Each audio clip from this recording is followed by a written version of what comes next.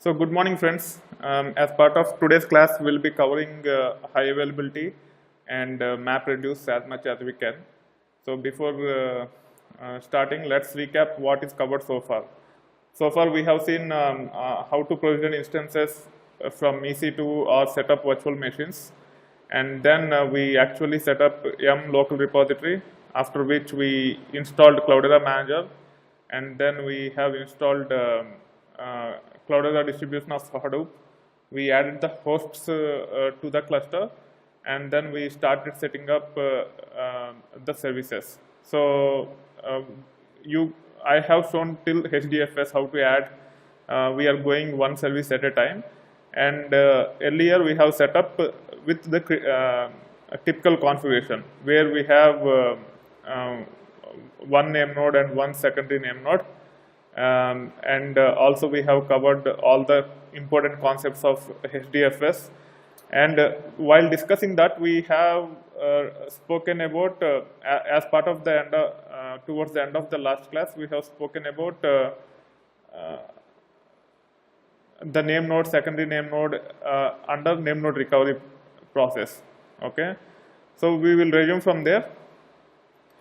So the disadvantage of typical configuration using name node and secondary name node is that it's relatively very slow process.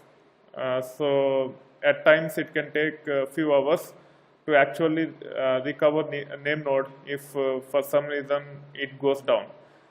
So to address that in very large clusters, in the recent versions of Hadoop, they have come up with name node high availability configuration or active passive configuration. Okay, so the name node high availability or active passive configuration will minimize this recovery process, restore and recovery process of name node if it goes down to few minutes, and also it provides transparent failover. When I say transparent failover, in typical configuration with name node and secondary name node, if you look into the parameter files, let me show you.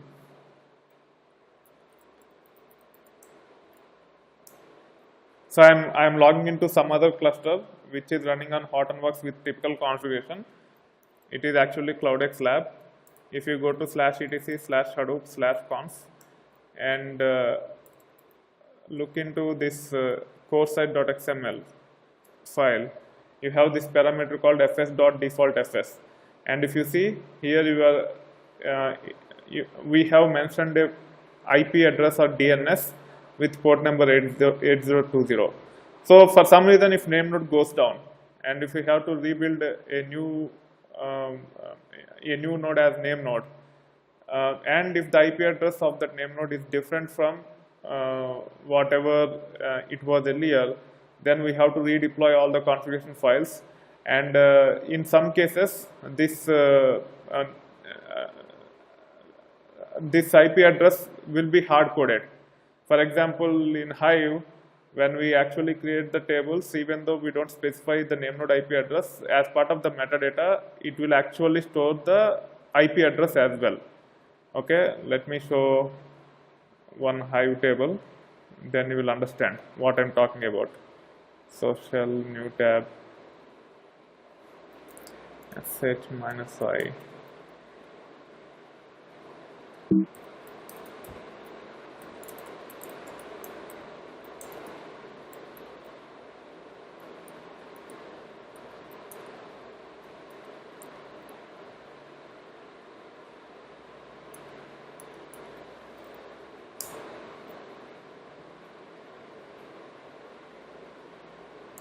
Okay, I'm connecting to Hive here.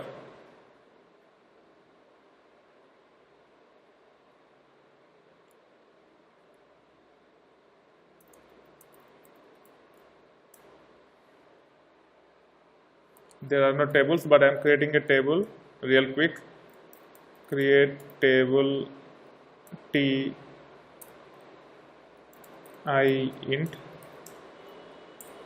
describe formatted t, which will give the metadata of the table. And if you see here, it actually starts from HDFS : // IP address port number, and then some directory location in HDFS. Don't worry if you don't understand the full path. The main thing is the location have this one, the name node fs.default fs value, and this will be stored as part of the metadata in some tables which will be used for storing the information related to table. So if when we actually change the name node IP address due to it has crashed and we rebuild the name node using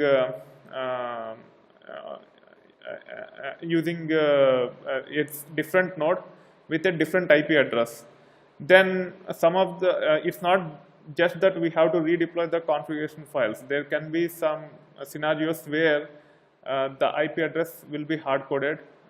Like in this case, we can consider Hive as an example. We have to consider all these things. So it's not just redeploying, changing the fs.default fs and redeploying the parameter files on all the nodes in the cluster. Okay, so the failover is not only is not transparent, and also it can cause issues to the existing applications. So this is another disadvantage of using using the typical configuration. So for that reason, we need some way to provide high availability, and that is called as HDFS high availability configuration or active passive configuration. It is typically for the name node alone. For the failover of data nodes, I have explained earlier, if one data node goes down because of the replication factor, data will still be there.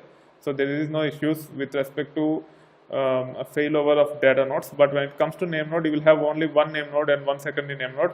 If it fails, there will be downtime, and also the failover is tedious and not transparent. So how active passive configuration will work is, so if you recollect, when some transactions happens in name node, such as adding files or deleting files, what will happen is it will create an entry into edit log, and those edit logs will be flushed into FS image at regular intervals, right? So even the failover uses these edit logs, okay? And these edit logs will be written into something called as journal nodes. Again, there are multiple ways to configure high availability. The simplest way is to create something called shared edits on a shared location, and more reliable way is journal node using the feature called journal nodes. So this is the better way of configuring high availability using journal nodes. Okay, so what will happen is, whatever transactions happens into the name node, it will be written into the edit log, and these edit logs of multiple journal nodes, majority of the journal nodes. In this case, we have 3. So whenever there is an entry into the name node metadata, that entry will be written to majority of the journal nodes. So as we have 3 here, at least it has to be written to 2. If it cannot write to 2, then immediately it will become inactive and the other one will become active. Okay, so that's how it works. So as the edit logs are written to, so the transactions will happen on the active name node. If you click on this name node here after configuring the high availability, you will see one of it is active and one of it is standby. So all the transactions that happen to name node will go to active, and that active will actually write into the majority of the journal nodes. So once it is written to majority of the journal nodes, in this case 2, the standby will be polling all the journal nodes that are configured, and from there it will actually try to apply onto the standby name node. So whatever metadata comes to active name node with a minimal lag will be applied onto the standby name node. Okay, so even if active name node goes down, it has to apply only the last edit log, which is in progress. Other than that, everything is in sync in the standby. So the failover will be very fast. Okay, and also that takes care of the failover using the journal nodes and name node concept. And the transparent failover is actually taken care by using the namespace. So now if I go to etc Hadoop conf in my cluster, okay, go to coursesite.xml.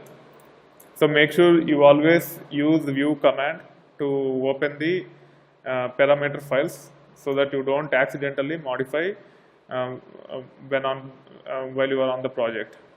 Typically we'll have root permissions, and if you are new to Linux, there are scenarios where people mess up these files by using VI, because for a lot of guys it will take some time to get control over VI editor. VI editor is a complex editor, and if you open with any other editors, it will typically open with the write permissions. Hence, you have to use view command, which will open the file read only. Even if you make some mistakes, it will not be written to the file. Okay.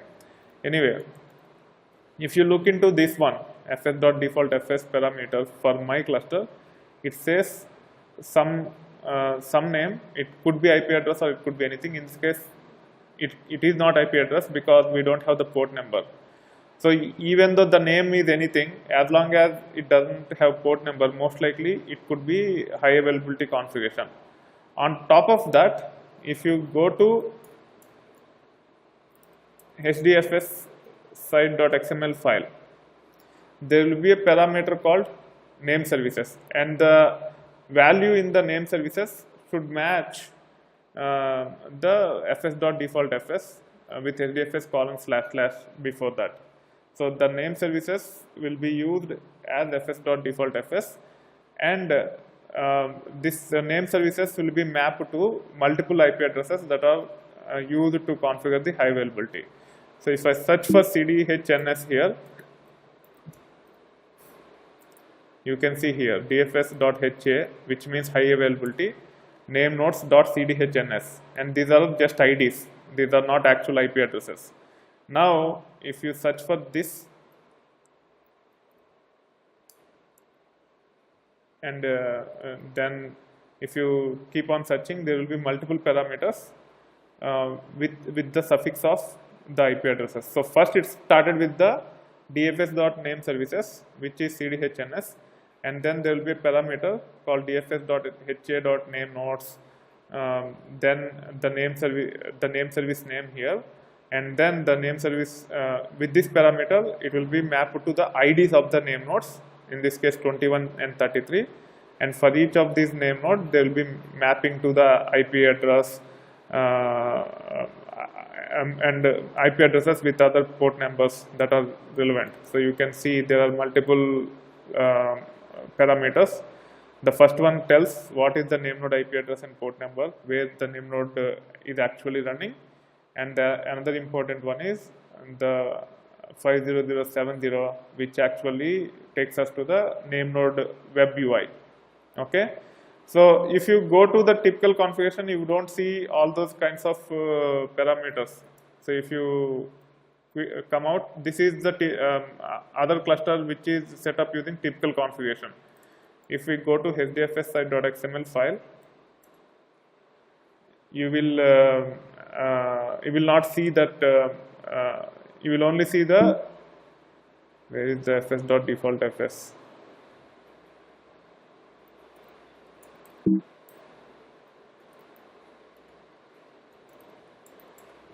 Okay, sorry, HDFS site.xml. You will not find the dfs.nameservices parameter the way we have seen on the cluster which is configured with high availability. So once you start setting up, you can go through my videos. You have to configure what are the journal nodes, what is the location on the journal nodes where these edit logs will be stored. So if you click on instances here, you can see there are 3 journal nodes in my case. One is 242 other one is 243, and the other one is 244. And also, if you click on journal node and click on configuration, it will only show up all the journal node parameters. It will filter out the rest of the stuff. And you can see there is a directory called dfs.journalnode.edit.dir, which will actually specify the location for the edit logs for the journal nodes. Now, if I go to 242 or 243 or 244, 242 is a gateway. I don't have any name node or data node process running on this node. But as I have only 3 masters, I am using 242 also to configure for the journal node. And if I go to DFS edits and then find name star, if you run the command, it will have the edit logs which it has got from the active name node whenever this is used. Okay, so this is how it will get.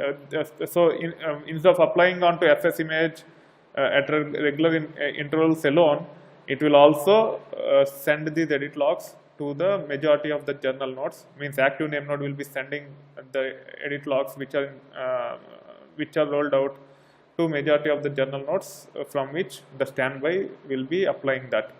On top of that, name node also, so data nodes actually generate block reports. So frequently data nodes send the information to name node saying so and so blocks are available in this, so that if there are any conflicts between the name node metadata and the data node, the name node can fix it.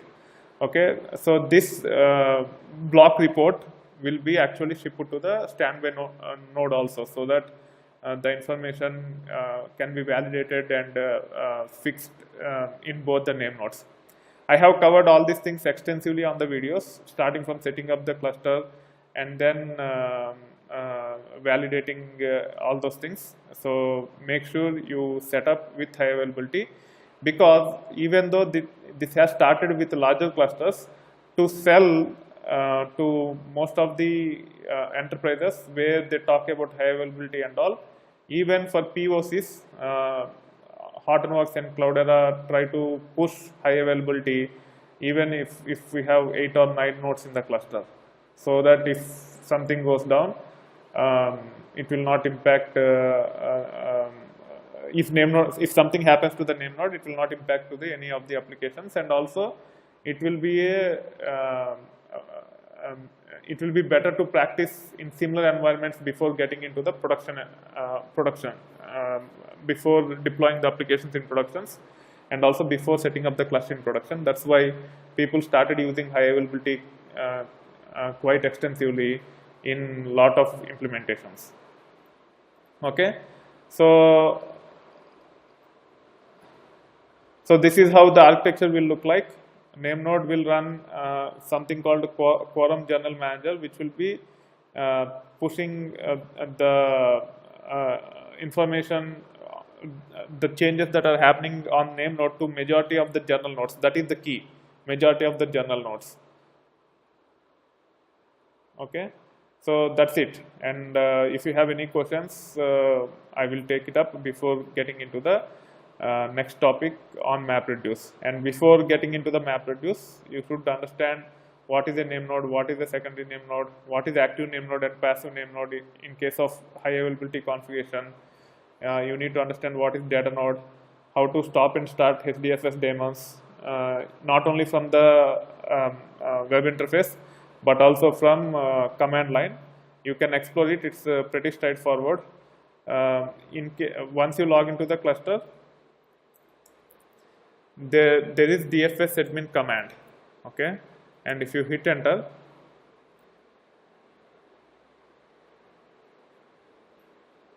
I think 1 minute.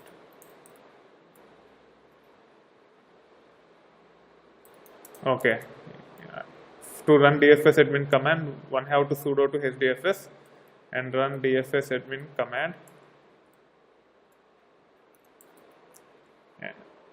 What?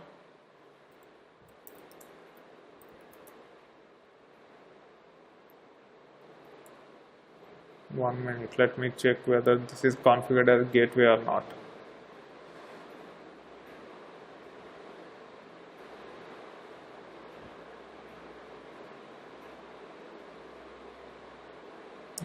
it is configured as gateway. I don't know why it is not letting me to run DFS admin command. Okay, yeah, I'm typing wrong command. It is HDFS DFS admin, and hit enter. So it will show the list of commands, and you need to be familiar with these things. Again, you can I think say HDFS DFS admin -help name node.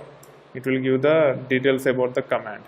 So you have to go through these commands also, so that in case if you don't if you cannot access Cloudera Manager for whatever reason, even if Cloudera Manager is down, if you have to restart the services, you have to be familiar with the HDFS DFS admin command.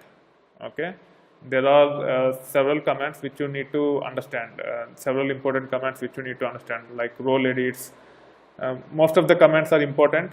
You don't need to start immediately, but slowly you have to gain the knowledge of all these commands using command line as well. It will let you to support the cluster in a more reliable way, even when the web interfaces are not available.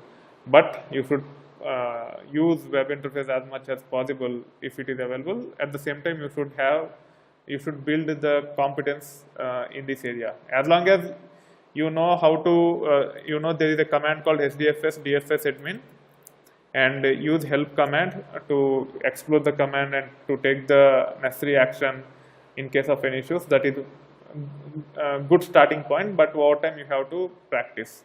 Even in the interviews, if they ask how to start cluster or how to manage cluster using command line, you can say use HDFS DFS admin command, and there is a help to get the details about a particular command before taking any particular action. But before saying that, you should be able to explain at least a couple of commands which you have used. So it will be better to practice a little bit using these commands as well. Okay.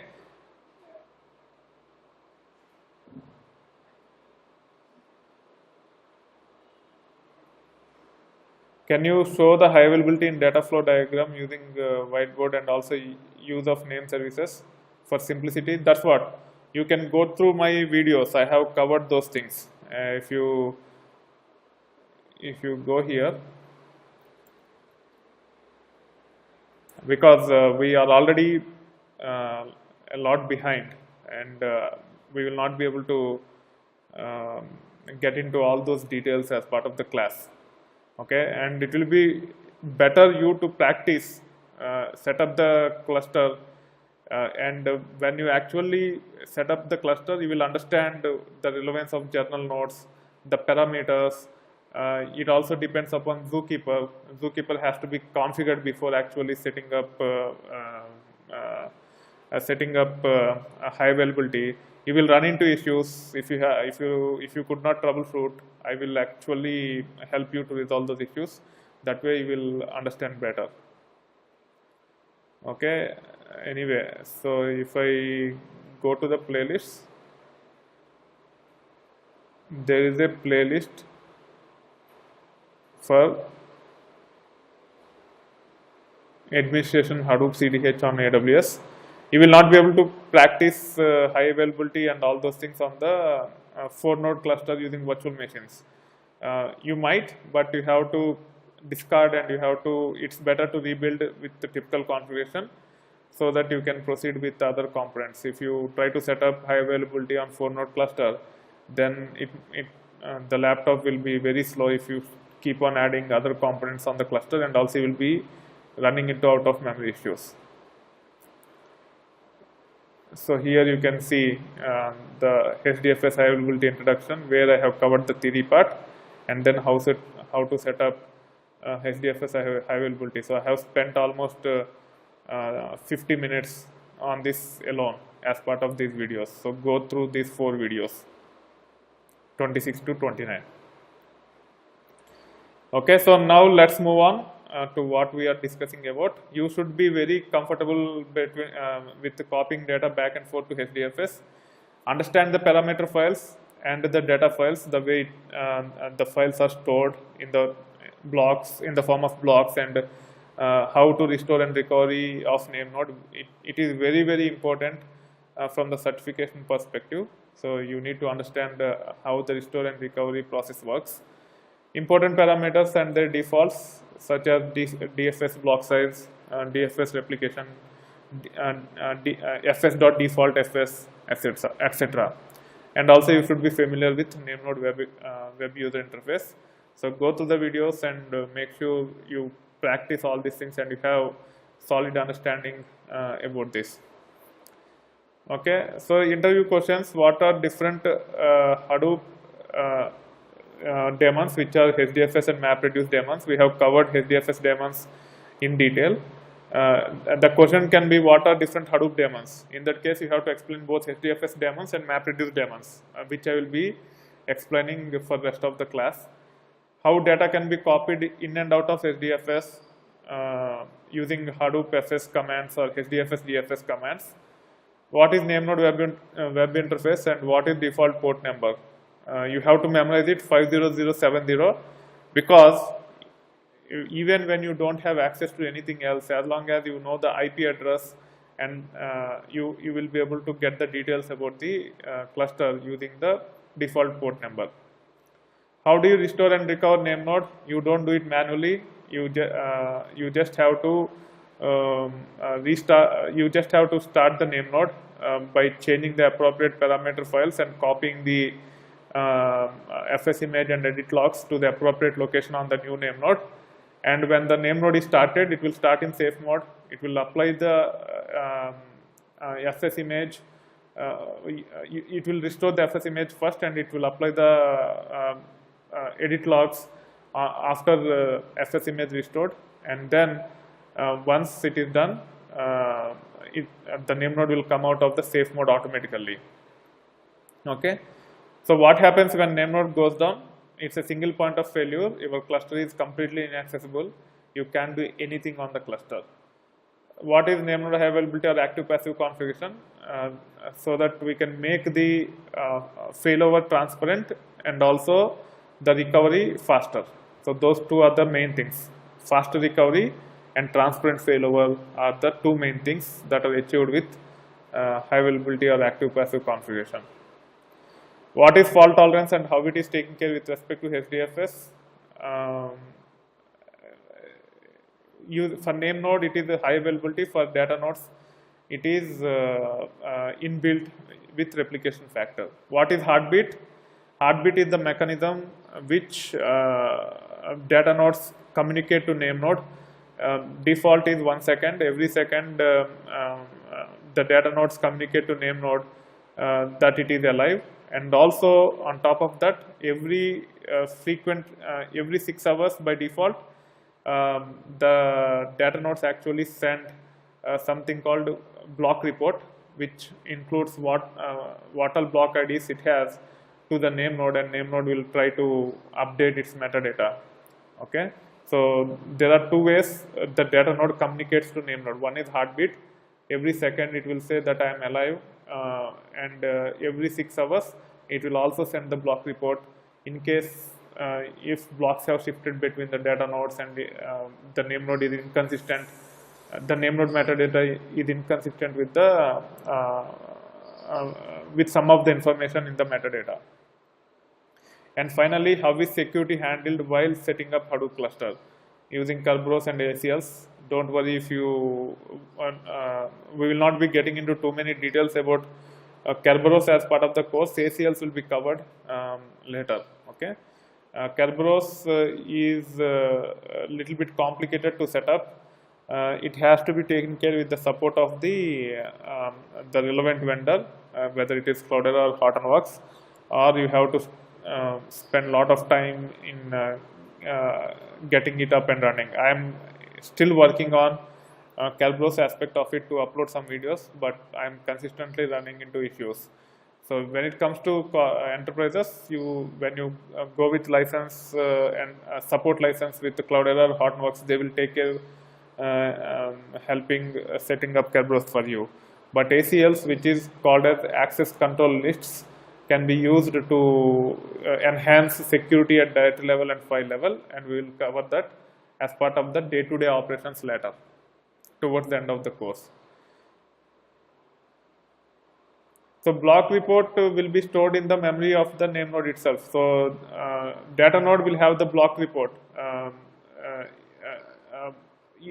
in memory in it.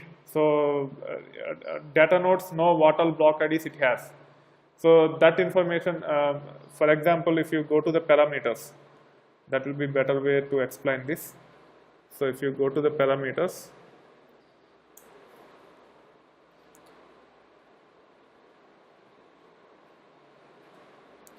go to configuration. So if you search for heap size,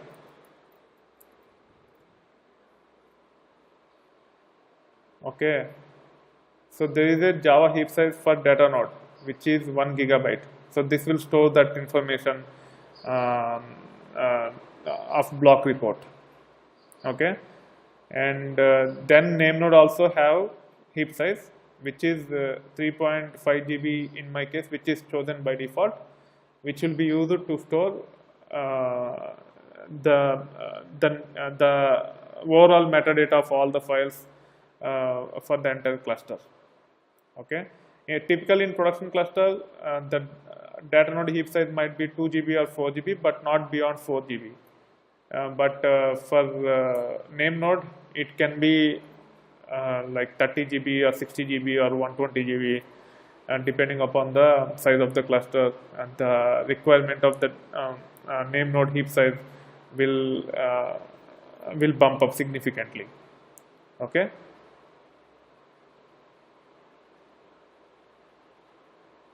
Name node heap size for 7 million records. Again, there are so many references online. You can go through that. Someone asked this question even in the LinkedIn group. There is a Stack Overflow URL which I have shared. You can go through that, and he briefly given details about it. Yes, this was in Hortonworks exam. So that's what you should calculate by going to the Hortonworks material. So that will be the better approach to learn about this. So if you go to the certification exam, HDPCA, right? So go to this URL, and you can see that they have given links for the relevant material.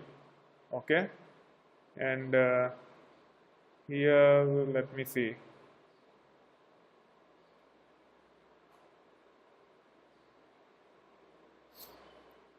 So installation, it is all about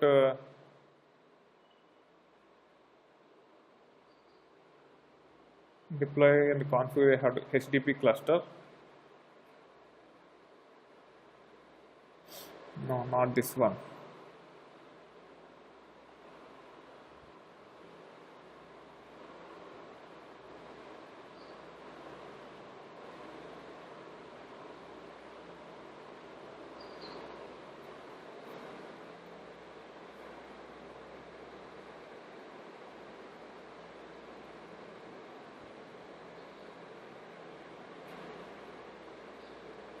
I will get the reference. Probably these links actually does not cover.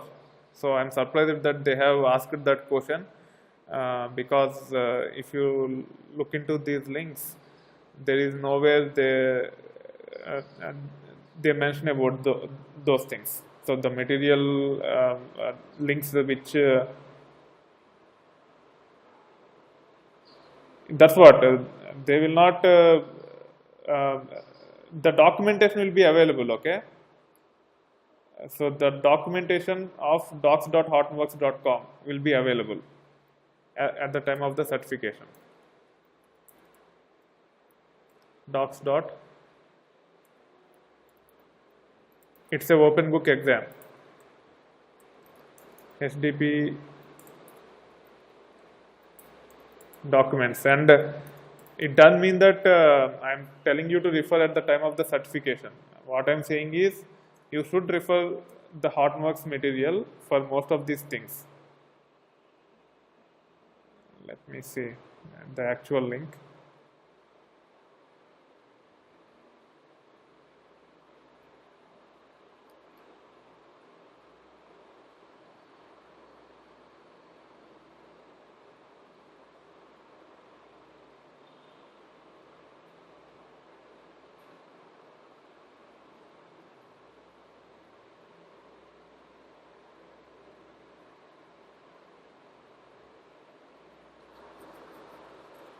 Okay, so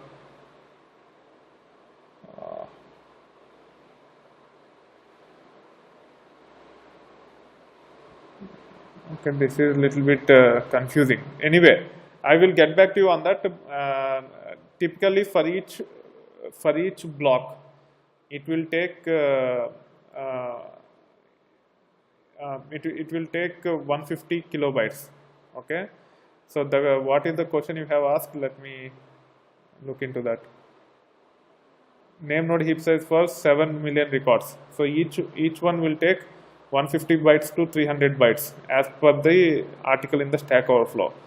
So if you have 7 million records, so 7 million into 150 or 300 bytes.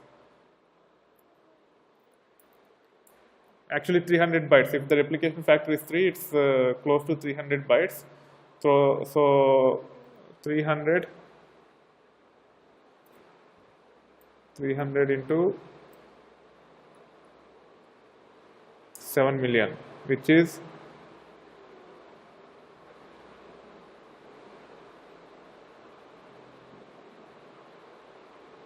how much is this? This is kilobytes, this is megabytes, this is gigabytes. It's actually showing 2 GB for 7 million records. Okay, so I'm not sure whether it is correct or not because I haven't done that before, but most likely it could be correct. I will validate and I will get back to you. Let me actually go to the Stack Overflow question also.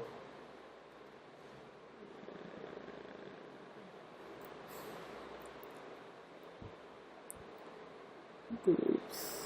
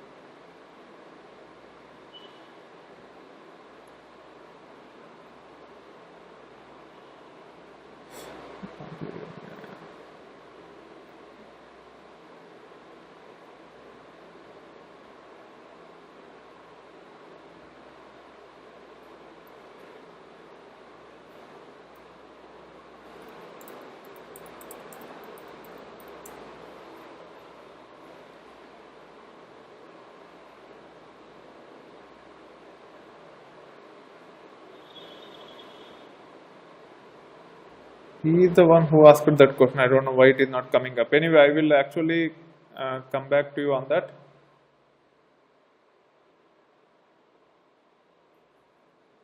Seven.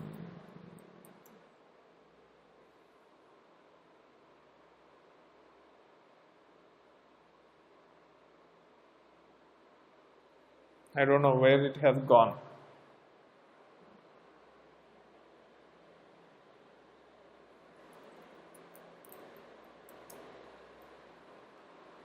Yeah, it's not coming up. I will come back to you on that. Okay, so we'll move on.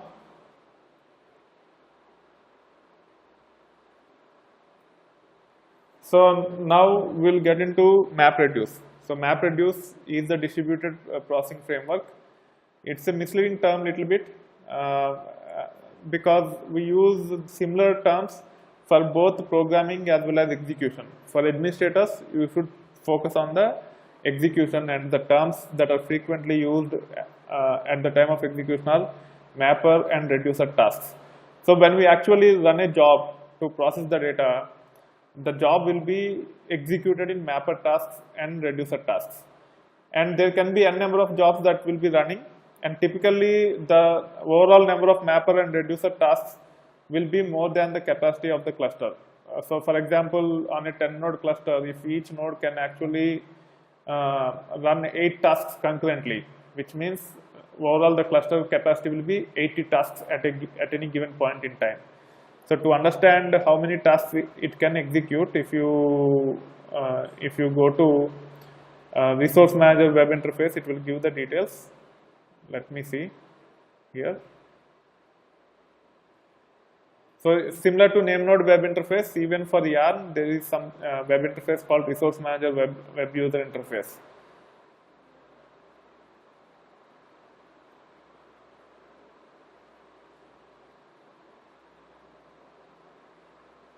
It is using private IP, so I have to use SSH tunneling in this case.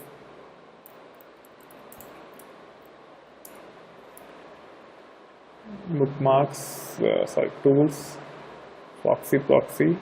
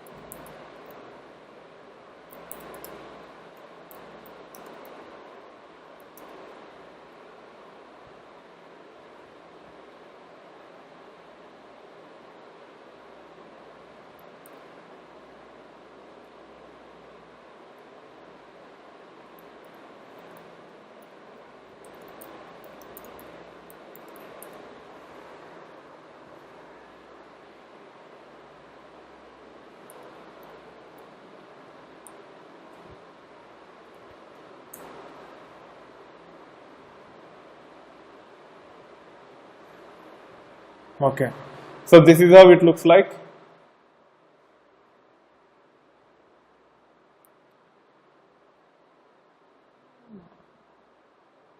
And you can see that there is a total memory and vCourse total here, which will actually determine the overall capacity. If you so that means that using this memory and vCourse, it can actually spawn those many tasks at a given point in time. In this case, it can go up to 32 because the memory is 32. Maximum it can go is 32. For each task, I have configured as 1 GB. I will review the parameters later, and we have 32 GB RAM. As we have configured 1 GB for each task, and we have 32 GB memory in the cluster, and the overall cluster capacity is 32 gigabytes. Okay, it's not 32 gigabytes for each node. It's overall cluster capacity. Okay, so but if you submit large jobs, for example, if you are trying to process a terabyte of data, with the block size, the terabyte of data will be stored using 8,000 blocks. Okay, because per GB it is 8, and for terabyte it's 1024 GB. So 1024 into 8, which is almost 10,000 blocks will be there for a terabyte data set. And if I have to process this 10,000 blocks file, by default it uses 10,000 tasks to process. But my capacity is only 32 GB. Okay, so not all tasks can be executed simultaneously. So some things has to be in pending, some things has to be in running, and some things will be in completed. So there could be one job which might be throttling the entire capacity, or there can be multiple jobs that will be running simultaneously. So there needs to be a job management tool. So that's where the terms such as MRv1 or classic or MRv2 or yarn comes into picture. So there are two frameworks to perform the job management. One is classic and one is yarn. MRv1 is being decommissioned and not supported by HDP2 out of the box, and yarn and MRv2 is default in Hadoop 2.x in all distributions, whether it is Hortonworks, Cloudera or Mapper. It is default, but you should have minimum knowledge about classic as well, and also the differences between classic and yarn to face the interviews or the questions better, which one is better than the other, and also people might ask you questions why this new framework rather than the classic. So those answers wherever you face have to be, those questions where you face have to be answered effectively. For that reason, you need to have minimum understanding about classic. Okay, so we'll get into those details as part of this class as much as we can. We will try to cover MapReduce in the context of execution. There are two execution frameworks which will actually execute the jobs in the form of map and reduce tasks. One is classic and the other one is yarn. Before getting into the details, let us understand what exactly is MapReduce in programming context. In case of programming context, we typically read data from HDFS. We apply record level transformations, filtering, etc. We convert records into key and value tuples. So I will try to explain it using whiteboarding, because this is very important for you to understand what is actually this map and what is reduce. For several reasons. Okay, so I am opening my whiteboarding software.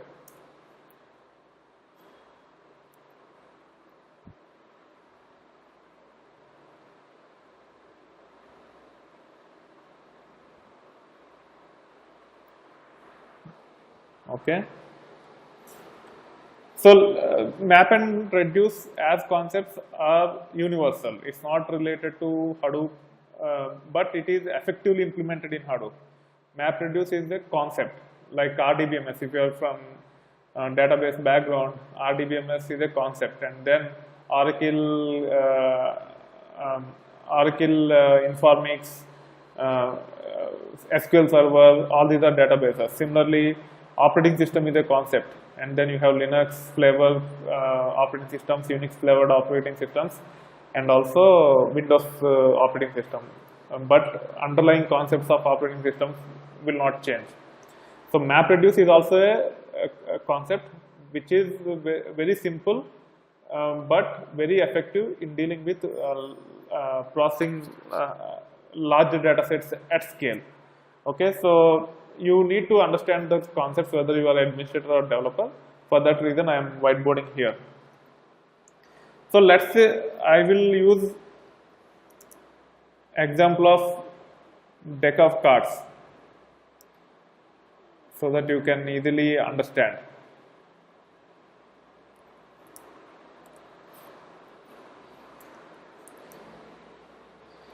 So let's say you have very large deck of cards. The deck of cards typically have 52, but in this case, let's say you have hundreds and thousands of them. So there will be millions of cards in this thousands of decks.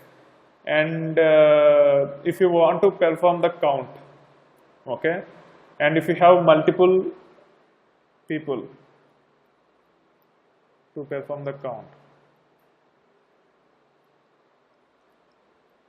and the count needs to be not just typical count. We want to perform the count by color or sweet or pip. If you are familiar with deck of cards, you have two colors, red and blue or black, and then you have sweet. There are 4 sweets: spade, club, heart, and diamond, and then you have pips 2 to 10 and J, Q, K, and As. Okay, so you have these 3 attributes for each deck. And let's say you want to perform the count by suite, where there are 4 suites, and this large deck, very large deck, have cards shuffled, so there is no proper order. Okay, so before performing the count, the deck has to be divided, so that each when you have multiple people to perform that, each one can actually get their chunk of deck, and then they can perform the count. Okay, so that's where the HDFS concept came into picture. First, using the block size, these larger files will be divided into multiple chunks depending upon the block size. Okay, and then when the processing has to be done as part of the mapping, so there are 2 processes, map and reduce. So map is used to read the data. So in this case, get the deck, apply row level transformations. So when I say row level transformations, each record in this deck have 3 attributes: color, suite, and pip. Right? And so we don't need color and pip. We just need the suite and a value, so that we can actually add those things. So we actually have to group based on suite, because we want to perform the count on suite, and also we have to perform transformation for each record, saying what type of suite it is, whether it has club or diamond or heart. So the input for map function, when you implement the mapper logic, will be the block, the chunk which each mapper trying to process. So for this resource, this chunk is the input, and as part of this input, you have many cards. So in the technology terms, it is called as record, and each record have color, suite, and pip. So this map, this person, as part of the map task, will invoke the map function, which will read 1 record at a time, so that he can actually read what is there in that. So even this person has to do the same thing. He has to pick each record and say which suite he has. Okay, which suite each card has, and then he has to emit the suite, like club or diamond or heart or spade, one of them, and then a constant value 1. Okay, so that these ones can be aggregated later. And for each card, he has to do that. The resource which will be doing the mapping has to get 1 record at a time, and he has to identify what kind of record is it, spade, 1, etc. So similarly, this guy also will do the same thing, and also this guy will also do the same thing.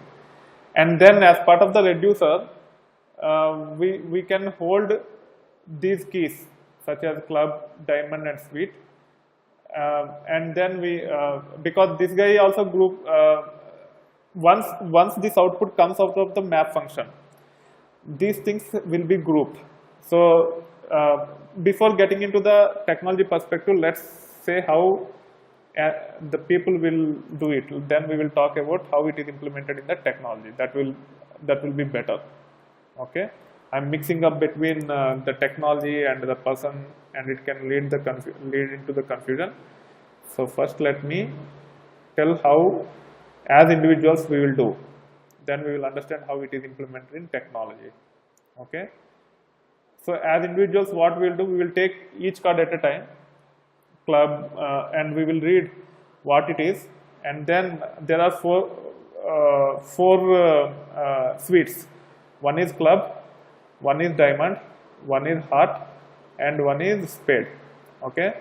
And then this individual will say, what this individual will do is, he will actually club all the, he will actually group all the clubs, all the diamonds, all the hearts, and all the spades, and also he can actually count them while while grouping itself.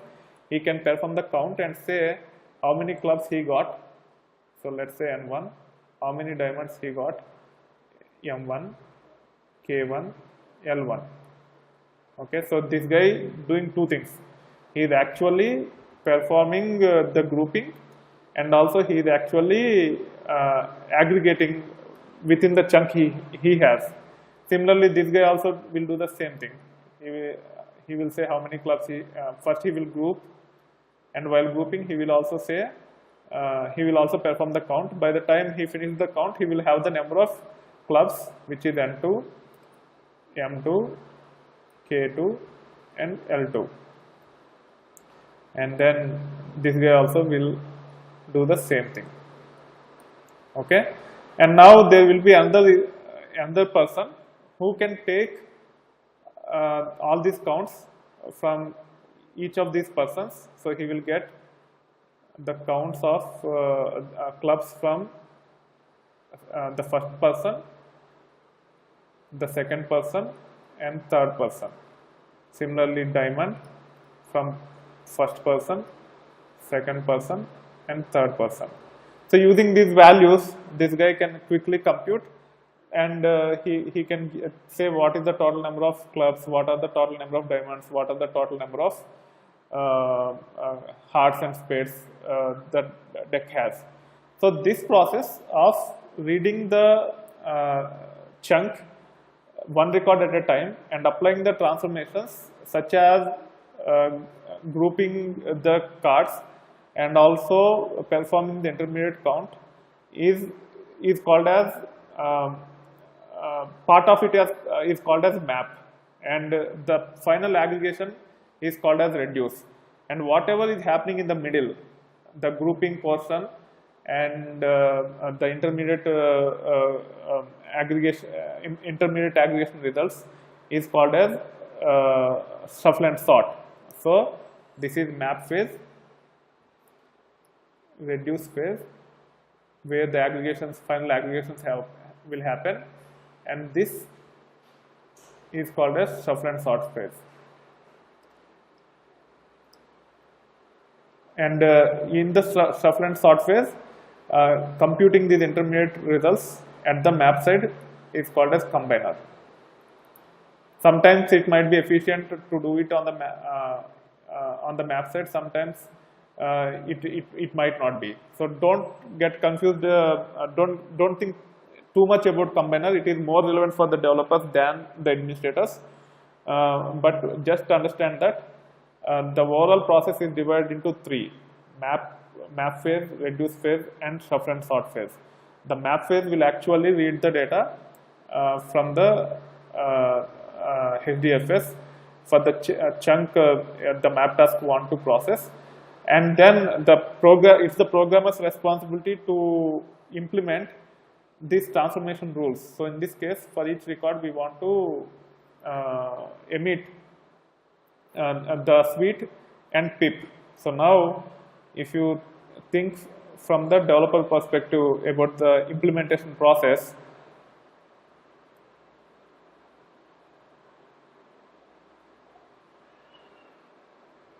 now I am explaining how it will be implemented from the developer perspective. Okay, so what map task the logic in the map function will be is, so you have chunk of cards, okay, and each card will be passed as an input.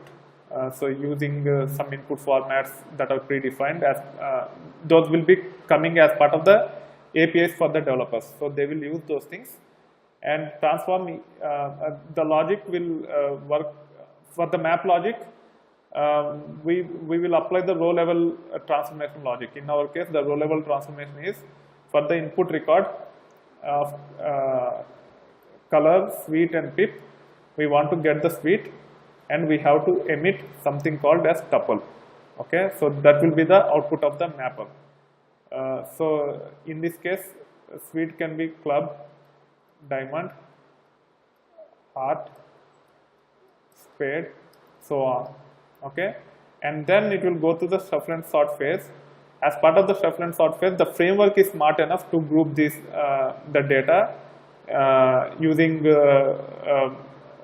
its own APIs. You don't need to worry into too many things, but you just have to understand that this phase is called as shuffle and sort phase. Okay, and after going through the shuffle and sort phase, these will be transformed into a key and array of values. So in this case, all the clubs will be grouped, at the output of the shuffle and sort phase before passing into the input as reducer, it will be grouped like this. So all the diamonds will be grouped together with one. All the hearts will be grouped together with ones, and these will be passed as the input to the reducer, and in the reducer we will perform the aggregation logic. And aggregation is one of the use cases where reducers will be done. There are other use cases also like joins, etc. The design will change significantly between what type of transformations you are performing on the reducer side. Reducers can perform aggregations, as I have explained. It can perform joins. It can perform many other things which needs to be performed touching multiple records at a time, because map function always applies on one record at a time. Okay, so in overall, as part of the map function, the developers will be taking care of row level transformations like this. If there are any filtering that needs to be done at each row level, or if they want to cleanse the data, for example, if you are getting mixed, if you are getting names in mixed case, and if you want to standardize into uppercase about the names, or phone number, whatever format you get, if you want to standardize the format of the phone number, those kind of transformations are row level transformations. Those will be done in the mapper side. And then as part of the shuffle and sort, the grouping will take care by itself. You don't need to worry about it. And on the reducer side, it will be the developers will be taking care of the aggregation logic, such as getting the sum, average, etc.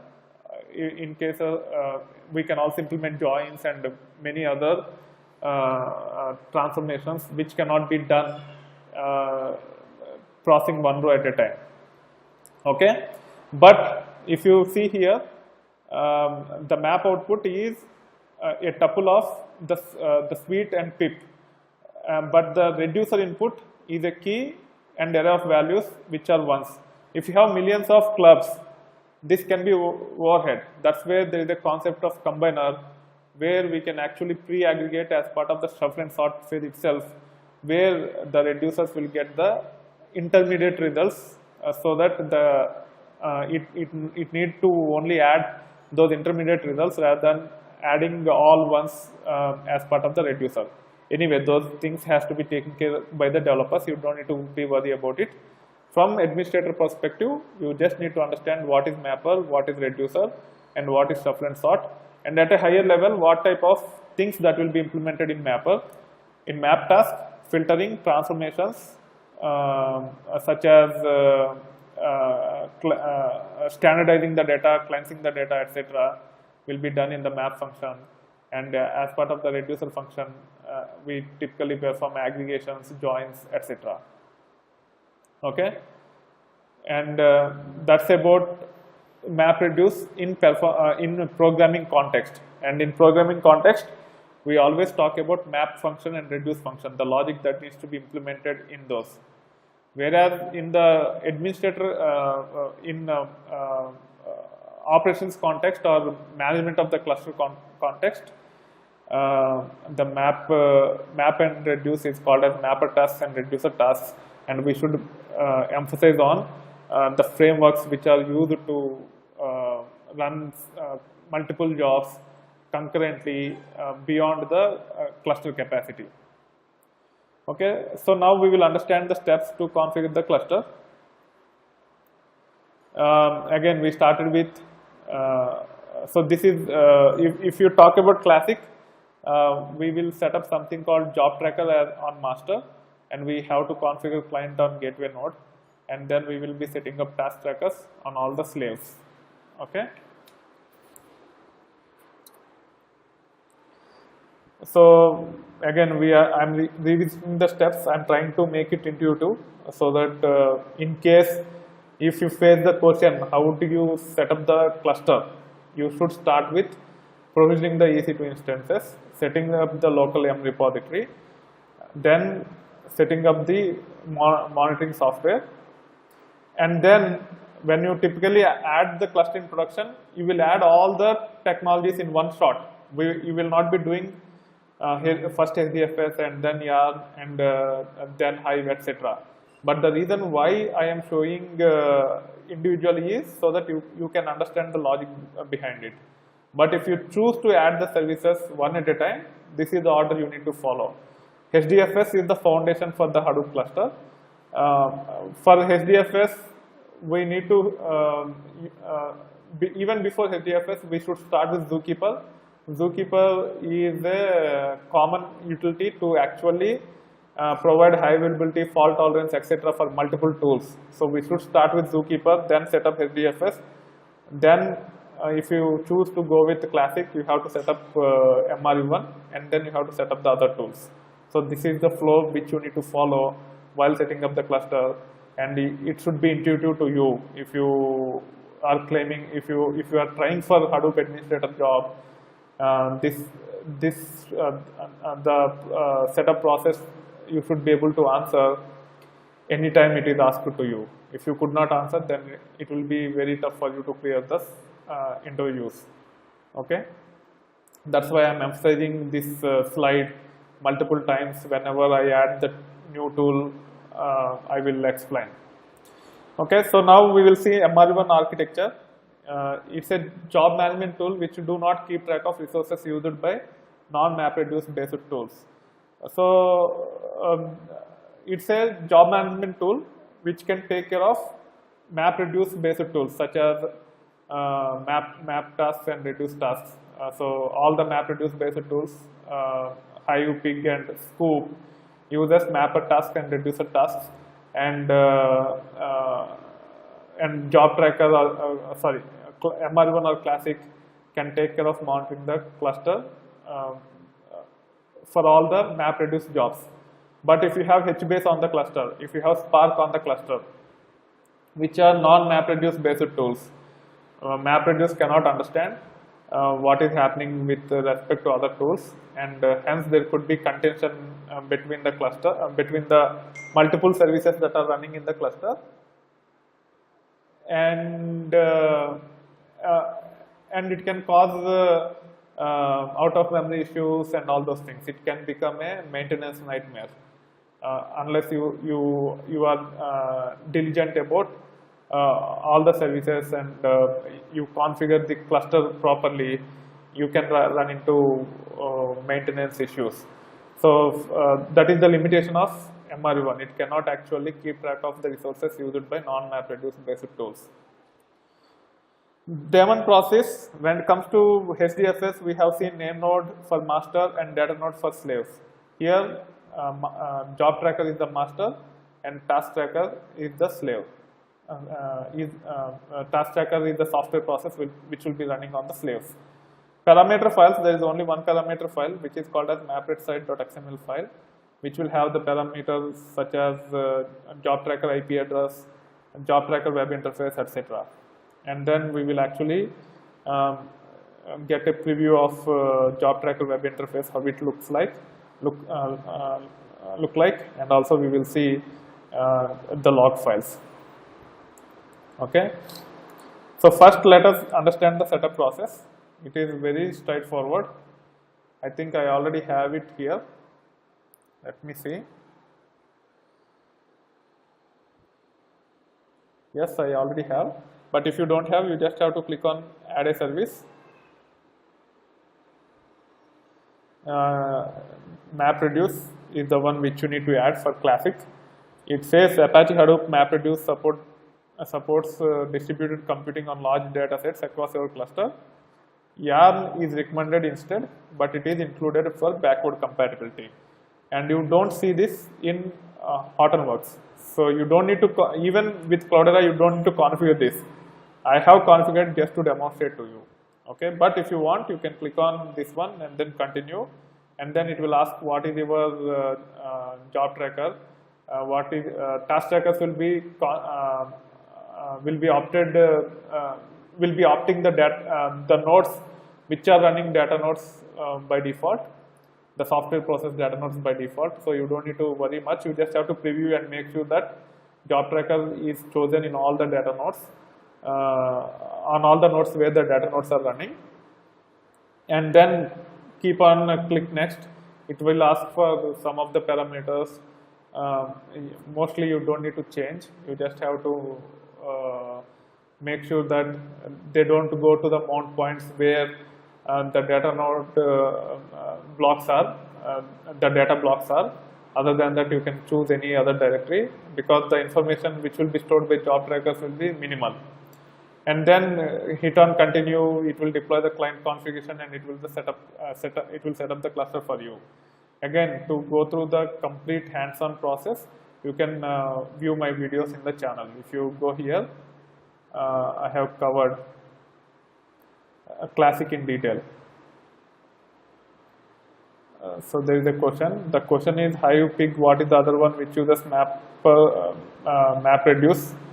HivePig, Scoop, and Uzi. So these four are the tools which will use map tasks and reduce tasks to process the data, to run the workflows. HivePig, Scoop, and Uzi.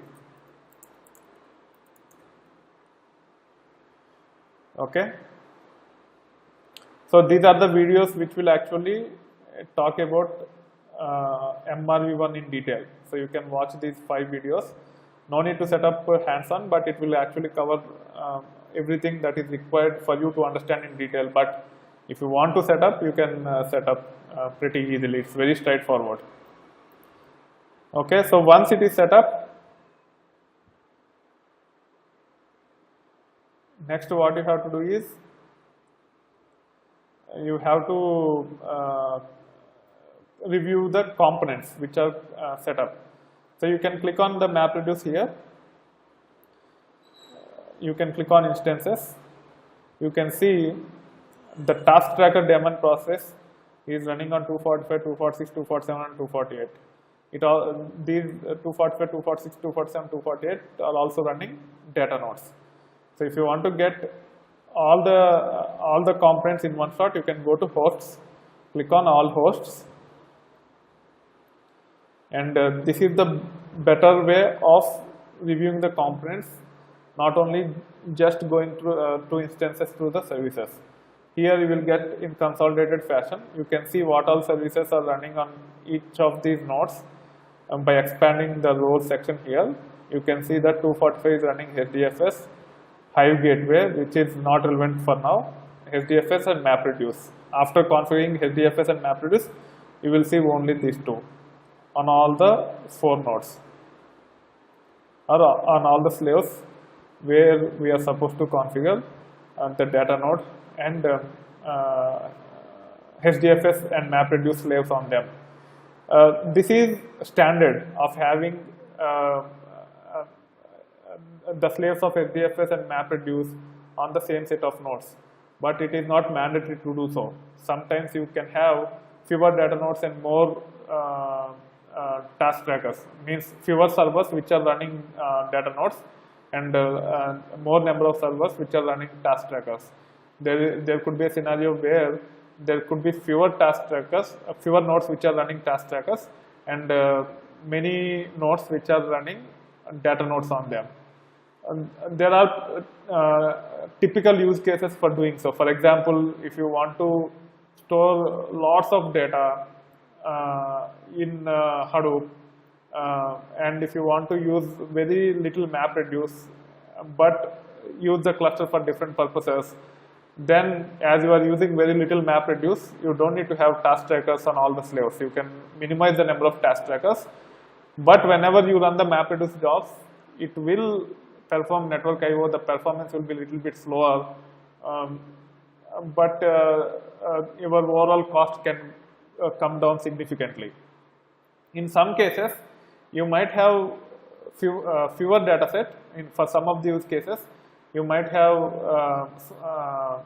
few terabytes of data, but the processing frequently touches almost all the data. In that case, you might consider having more nodes with task trackers. The second scenario is little bit unlikely, but the previous scenario is likely, where you have fewer data nodes and a lot many task trackers. Means fewer nodes which are running data nodes and lot many nodes which are running task trackers, where you store relatively lesser amounts of data in HDFS, but process almost all the data all the time. That is very frequent use case which you might encounter. And in that scenario, the number of data nodes and the number of in those two scenarios, the number of nodes which are running data nodes and the number of nodes which are running the task trackers can be different. Okay, and this is the way you can actually review which node have what all roles. And then I have configured job tracker on one of the masters. I think it's on 243. If you expand 243, you can see where is the job tracker? MapReduce job tracker is on 244. Okay, so this is another view of reviewing the cluster. But if you want to review your service alone, whatever service that is added, you can. Sorry, I have clicked on the wrong one. We can click on this one, go to instances, and you can see this software process names and the host on which these software processes are running. It will consolidate. It will give a consolidated view of our service. Okay, and then if the web interface is down, if you cannot or if you don't have access to the web interface for whatever reason, you should be able to make sure from command line perspective also. And in some cases, you might have to develop the scripts as well. And there are multiple ways to do that. You can run ps-ef command on each of the node using passwordless login, and you can get the details. And also, I think MapRed command can actually give the details about the server. Okay, so there is a no, not this one. Pipes, job, queue, class path, history server, dist cp, archive and archive logs, and MapRed. Yeah, MapRed job. So if you want to monitor from the command line, you can actually run MapRed job. There is a list active trackers which will actually list all the task trackers running on the cluster. So MapRed job list active trackers and hit enter. So there are 4 active trackers, active task trackers, which will take care of your cluster. And if you log into any of these nodes,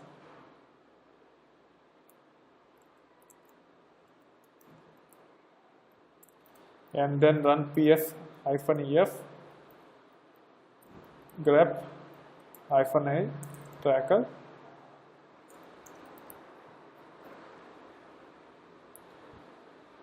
you can see there is a process called proc_task tracker, and also typically it will be running by user called MapRed.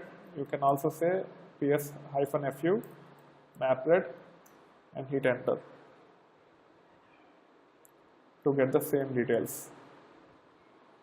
Okay, either you can say ps-ef pipe to grep and search for job tracker, or if you know the username, using which this process will be running, you can use ps-fu, the username, and mapred is the username which is actually running this task tracker. Okay, so this is how you can validate using Linux level commands also, but this command will give you consolidated view of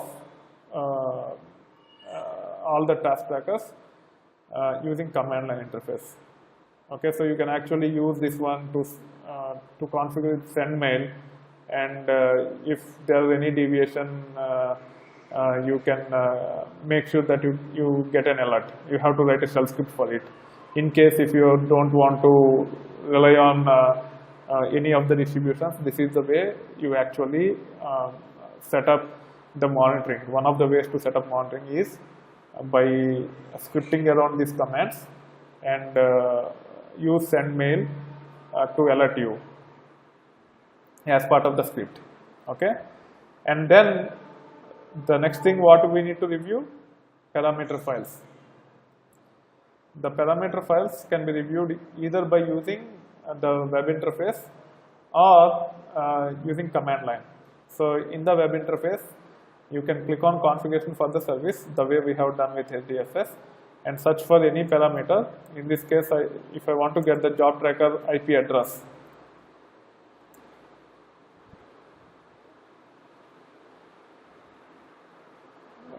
think it will be it will hide the IP address here. So there are many parameters. So let me job tracker dot address, I guess.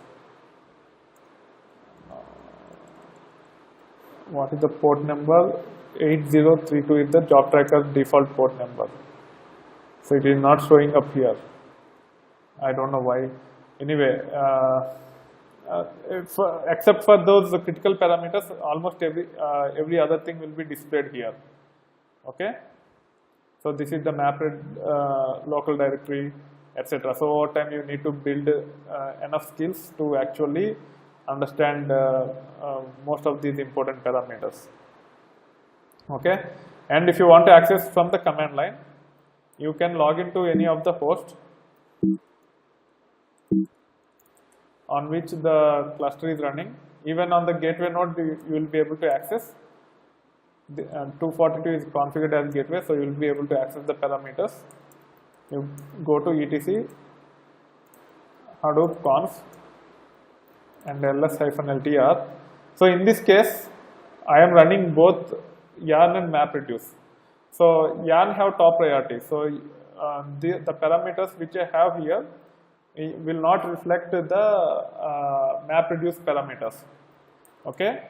So as I have explained earlier, Cloudera uses its own way of keeping track of the parameter files, and the location for actual runtime parameter files is under this one, where run Cloudera SCM agent process, and hit enter. In Hortonworks distribution, you cannot configure yarn and classic at the same time. You cannot do that. It's very tedious to do that if you try to do that. Whereas in Cloudera you can do that, and you have to go to the runtime parameter files only in case if you want to set up both classic and yarn on the cluster. Okay. Now you can go to the latest one of the MapReduce task tracker directory here, 267 MapReduce task tracker, and ls-ltr. You can see mapredset.xml file here, and you can open that file, and mapred.job.tracker is the parameter. So here the port number is 8021.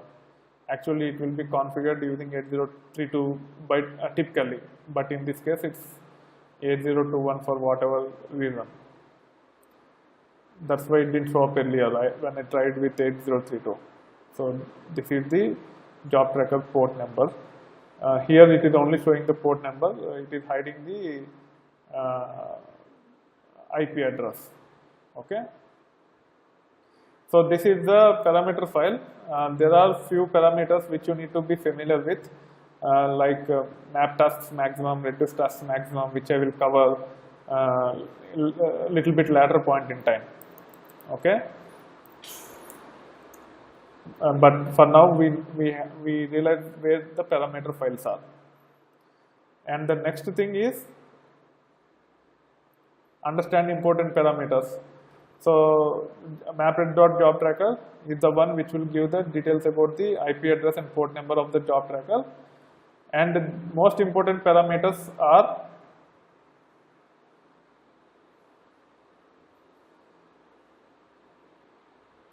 so the question is, if you config both MRv1 and MRv2, when we process files, how the cluster will know which framework to use.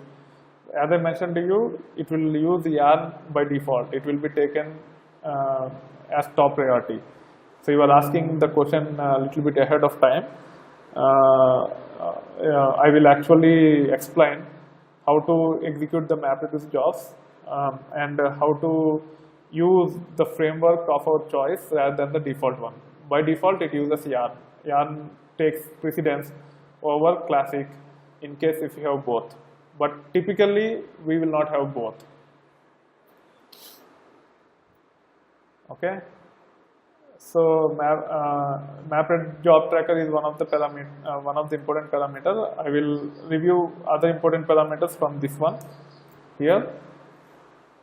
So when it comes to task tracker is a daemon process which will make sure, which will send the heartbeat to the job tracker saying that it is alive, and job tracker will delegate the responsibility of map tasks and reduce tasks using the algorithm of data locality and all those things, and asks the task trackers to execute map tasks and then reduce tasks.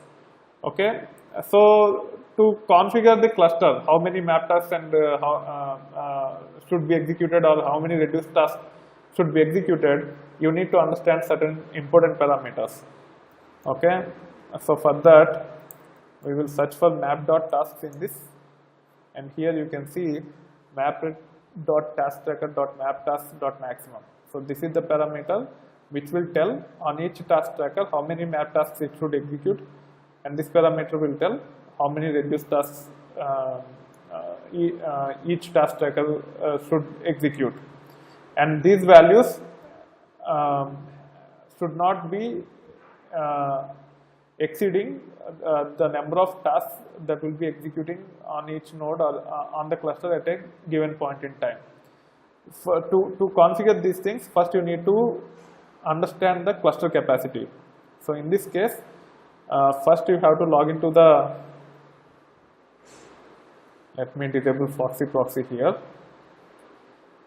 and then kill this session and log into here.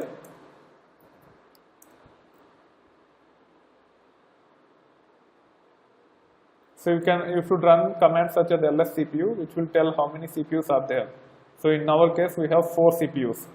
Okay, but in typical production clusters, you will have at least 16, but 32 and 64 have become quite normal. Not CPUs, but the cores per node. And the way you can compute the cores per node is by multiplying cores per socket by CPUs. So in this case,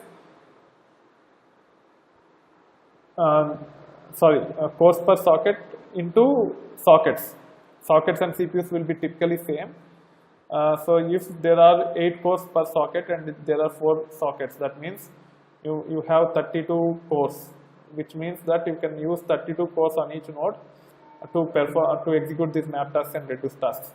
Each map task and reduce task takes 1 core at a time. So based upon the number of cores on each host, you have to plan the cluster. So here you can run this ls CPU command to understand the capacity of each of the node.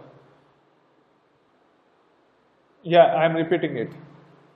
I'm repeating it. So first you have CPU and then core. Okay. So if you think about your laptops, forget about the cluster. Think about your laptop. You might have heard about dual core, quad core, octa core. Dual core means a CPU will have 2 cores, which means that before getting into that, let's understand what is the disadvantage of having only one CPU.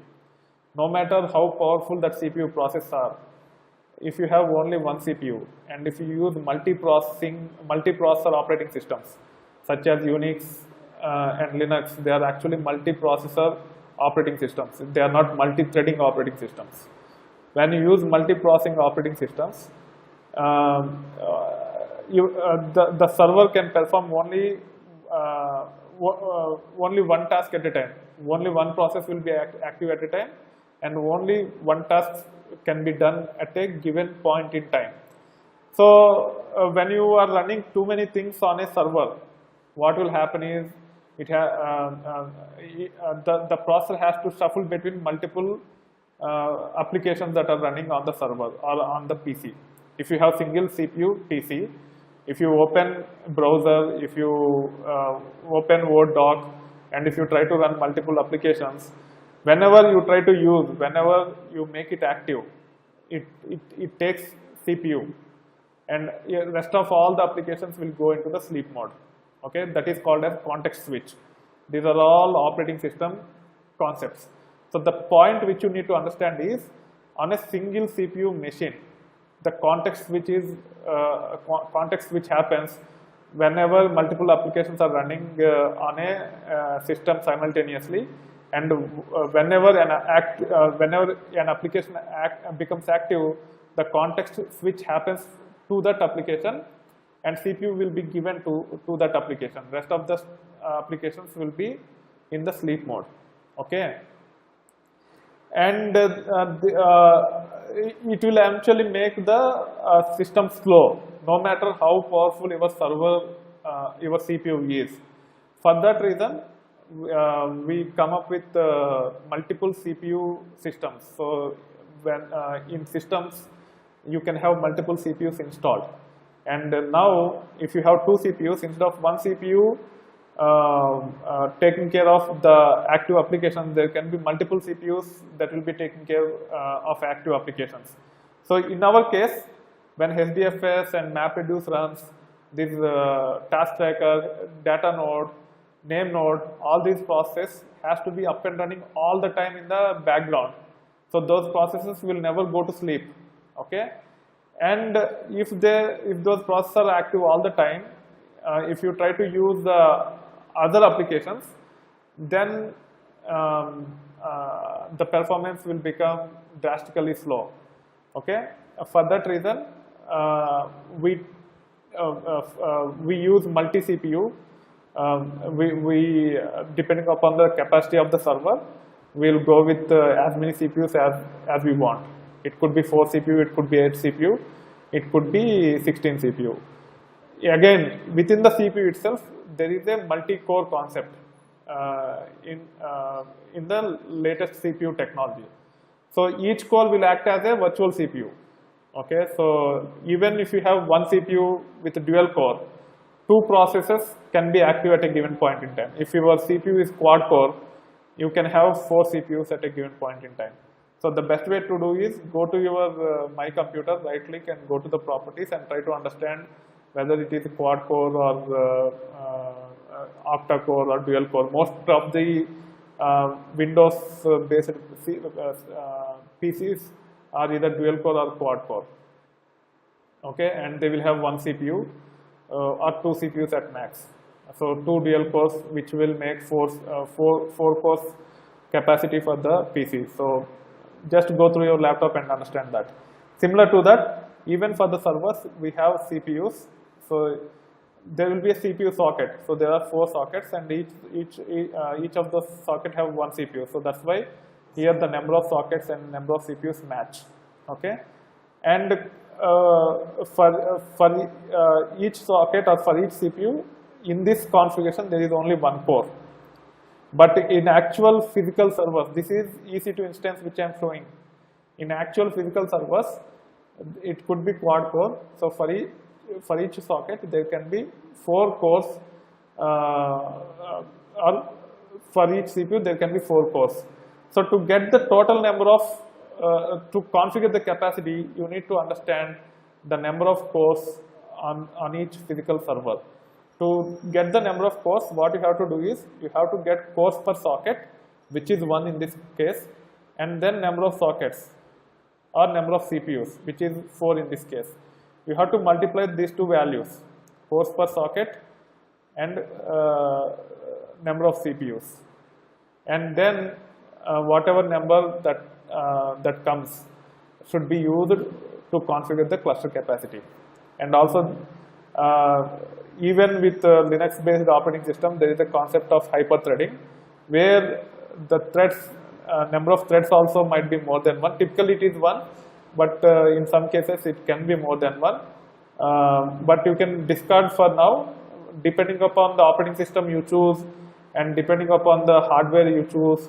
If it supports multi-threading, then you have to go through the Cloudera or Hortonworks documentation for reference, and then you should plan your cluster capacity.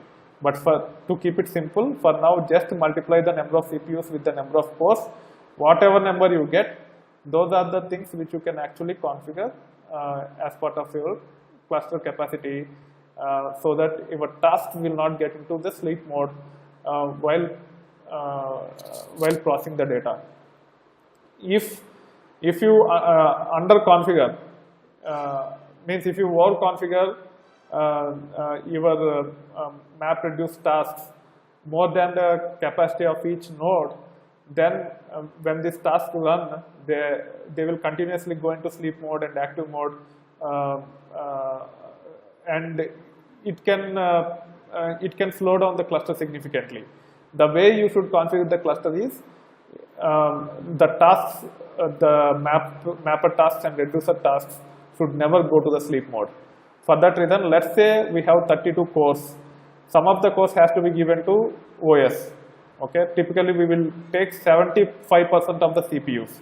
If we have 32, we will choose 24 CPUs, 8 CPUs for the rest of the other components, because data node will take 1 CPU, task tracker will take 1 CPU, operating or 1 core, CPU and core are interchangeable here, and then operating system has to run other process than MapReduce and Hadoop on these machines.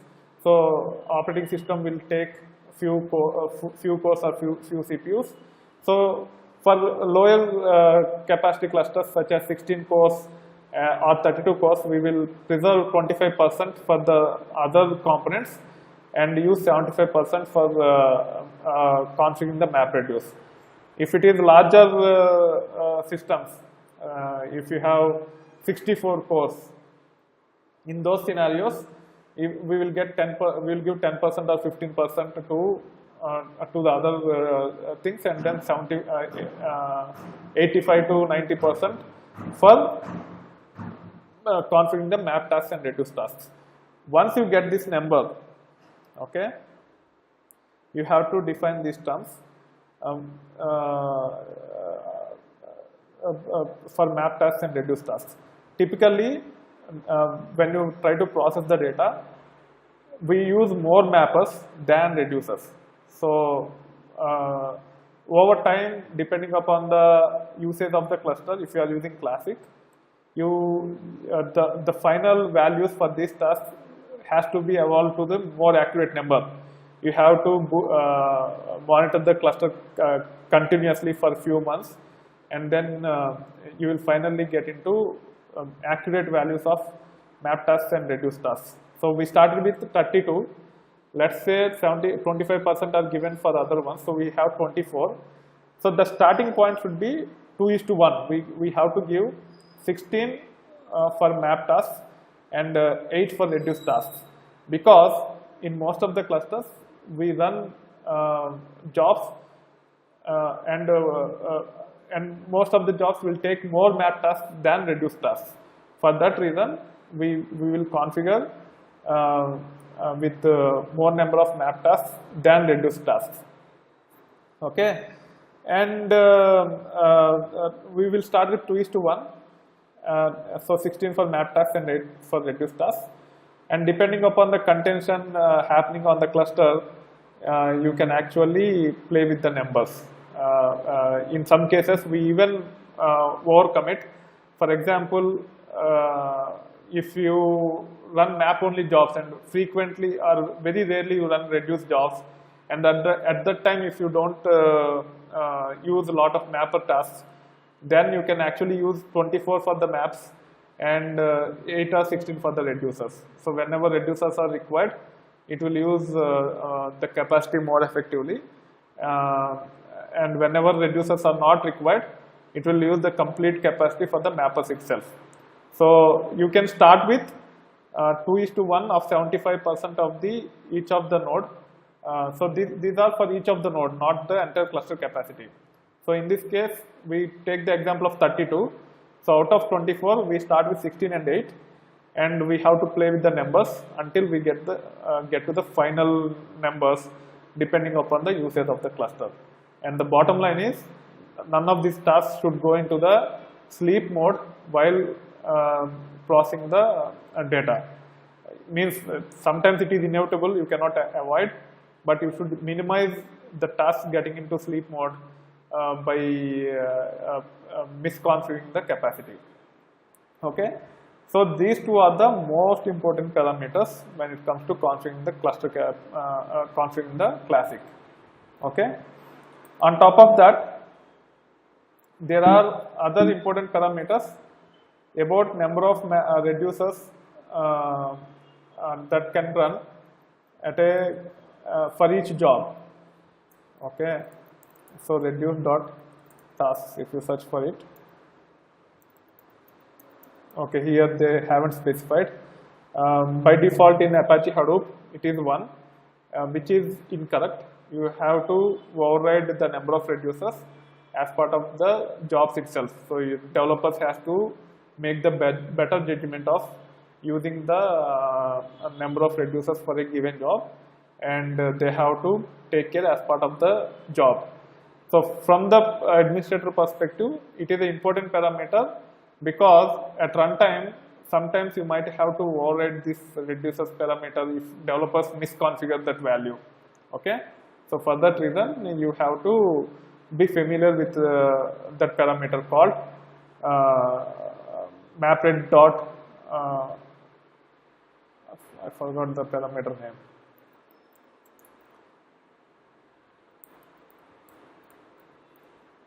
MapRed.reduce.tasks. So this is the parameter. Okay. So that being said, no, MRv2 is completely different. The parameters is a lot more complicated because it provides a lot better framework to manage the resources. Okay. So it's significantly different. We will cover as part of the next class. Anyway, we have covered all the important, several important parameters. Again, you have to build the knowledge of all the relevant parameters over time. For now, this is enough. So we'll move on and check how to perform the validation. Verifying the logs, it's very straightforward. It's the same way as we have seen before. Go to var log, and there will be a directory for Hadoop MapRed or Hadoop MapReduce. 1 minute, this is not the one. ls-ltr. Actually, better way to check it is go to the parameter file. So go to the configuration and say log.dir. So this is the location for classic logs. And you can see the task tracker logs here. So if for some reason if task tracker is not coming up, you can go to this log and you can review for any exceptions here. Okay, and then that is taking care of validating, reviewing the logs in case of exceptions for the service level. If you run a job, which I will show later, you have to go through the job tracker web interface, and also you can use some command line commands to actually get the logs for individual jobs, which we will see later. We will see after going to the MRv2. But you need to understand how to run a MapReduce job here. So I'll be running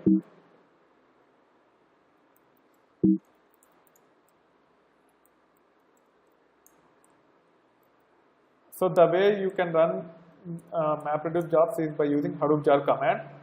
Okay, and here you have to pass configuration files, configuration directory pointing to wherever our classic parameters are, and then it will use those parameters while running the job which are in that location, and will use the classic framework. So to answer, I don't know what is AA's full name. Can you tell me your name?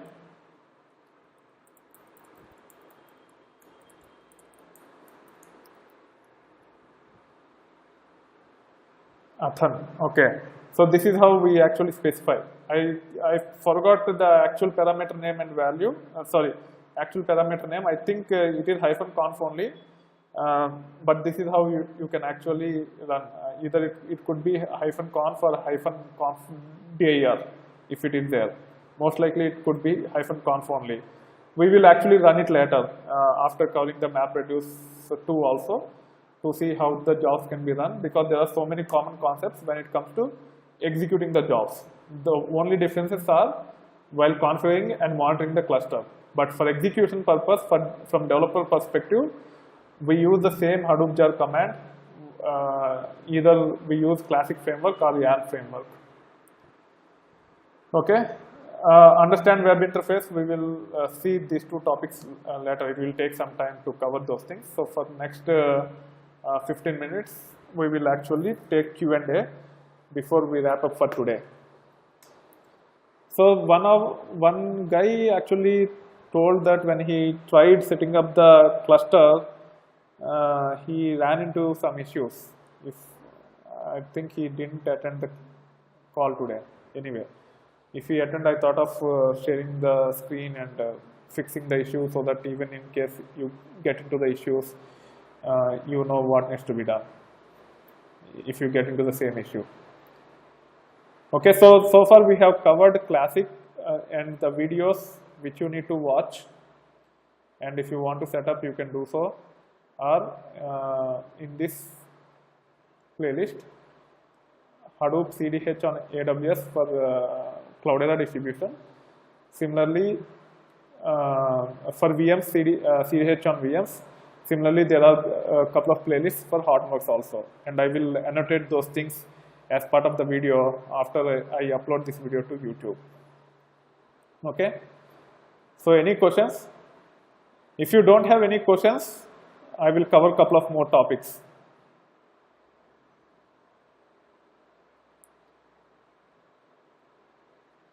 Okay, I will wait for 30 seconds. And how the other parameters are decided? Heap size. Okay, very good question. It's a very good question. So the other parameters are decided based on number of cores you are trying to use. In this case, let's say we have 24 cores. Okay, and we have 32 overall 32 cores and 64 GB RAM. Okay. So out of 32 cores, we have decided to use 24 cores, okay, 16 for mappers and 8 for reducers, and we have 64 GB RAM.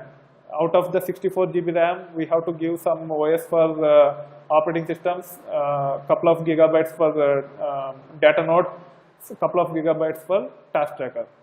So from 64 GB also, let's take 75%, which is 48 GB for simplicity's sake. So we have 48 GB RAM and 24 tasks. So for each task we can allocate 2 GB RAM, provided we don't have any other slaves running on the cluster, like HBase region servers or some other technology. If they are not running on the cluster, then you can take the RAM divided by the number of tasks, and RAM you want to configure, and divide by the number of the tasks. And those are that is the amount of memory which you can allocate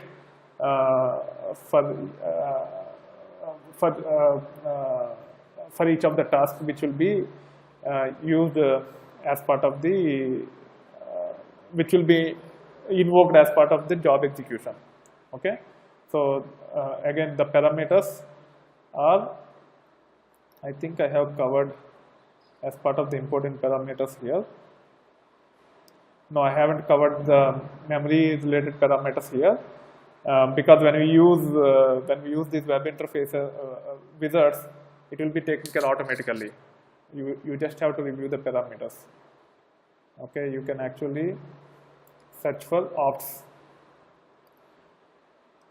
in Cloudera Manager, and here you can see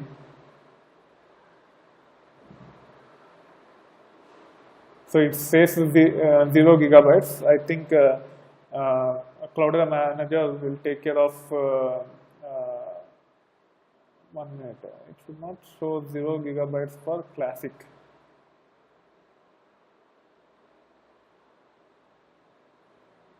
MapReduce child Java maximum heap size. I think this is the one which will be at the higher level, and from this value it will inherit for the other ones, map task, reduce task, etc. Okay. So any other question? But to answer your question, just you have to focus on number of cores you are trying to use to divide the memory and allocate that much of memory here. So here I have 8 GB on my host, and if I configure for 4 tasks, if I want to allocate all the memory for MapReduce, I can give 2 GB here. Once you give 2 GB here, you can actually override at map task and reduce task level. Sometimes MapReduce requires more memory than map tasks. In that scenario, if you want to change that, you can change those things, and that actually changes the settings for map tasks and reduce tasks. That's why you have to start with ballpark number, but you have to monitor your cluster closely for a few months before coming up with the final numbers. And this is only this is the limitation with respect to classic. For yarn, you don't need to worry about it too much. It will be taken care. Once you configure certain settings, it will be taken care. You don't need to monitor, and then you have to revisit these values at regular intervals before coming up with the final values. We will understand that once we look into yarn. Any other question?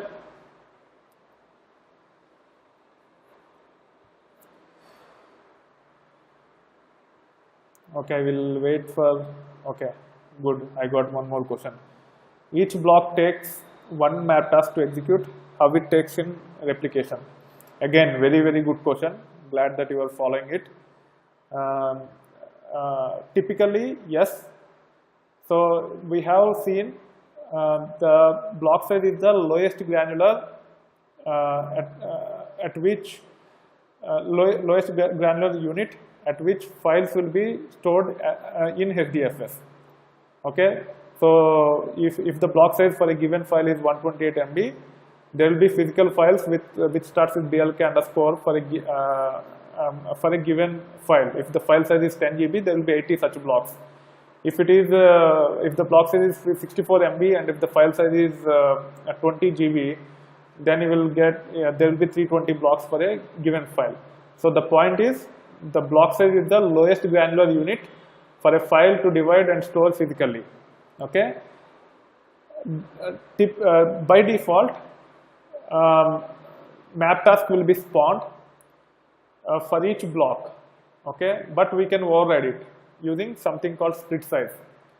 Okay, by changing the split size, so split is the lowest granular unit at which map task will try to process the data. So by specifying the split size to a different value than the block size, you can increase or decrease the number of map tasks that needs to be processed, that need to process the data which is where the number of map tasks will be different from the blocks of a given file. So for example, if you have a file of size 10 GB and if the block size is 128 MB, the file will be divided into 80 blocks. And by default, if you don't play with split size, there will be 80 map tasks to process the data. But if you use 80 map tasks, each map task has to create a JVM. So a task in MapReduce is nothing but a JVM. So each map task will take a overhead of creating a JVM and then processing the data within a block or a split and then kill the JVM. Okay, so that overhead can be significant at times, especially if you have a file which is very large, which have multiple blocks, that overhead is unnecessary. If your file is sparse, where you have only one block in each data node, then that overhead has to be taken, because to get the more distribution that is suggested.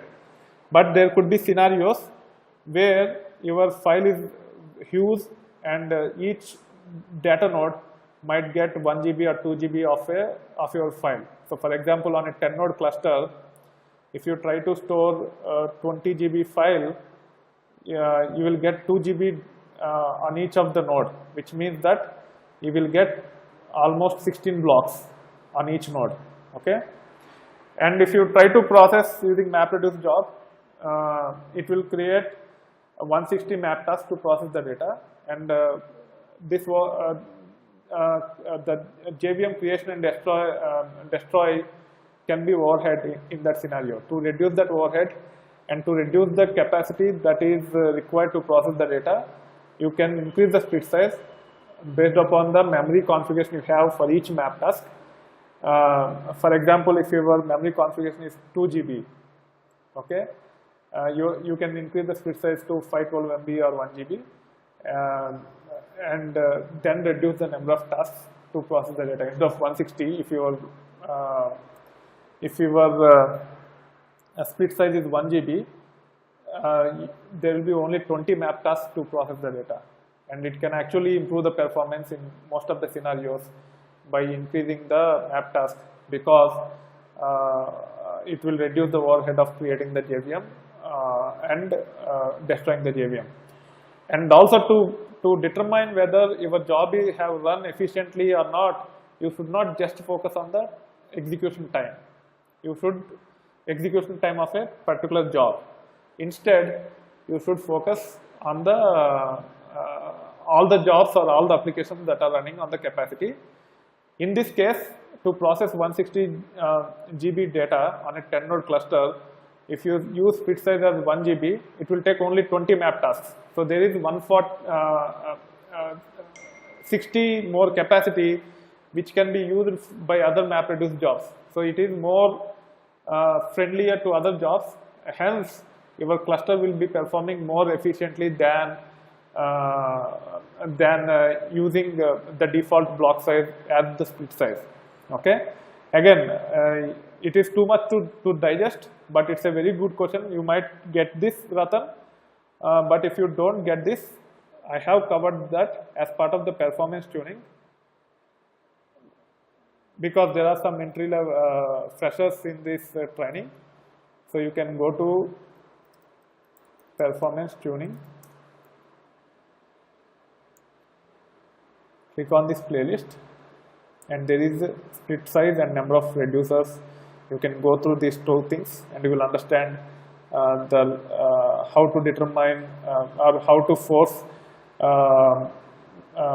the framework to use different number of mappers or effective number of mappers to process the data, and also how to choose the number of reducers. So these two videos you can watch to get more details about not only with respect to map tasks, but also with respect to how to come up with the number of reducers more accurately, because you are also exploring the developer course. This will actually help you a lot watching these 3 videos. Okay, and it's under performance tuning playlist.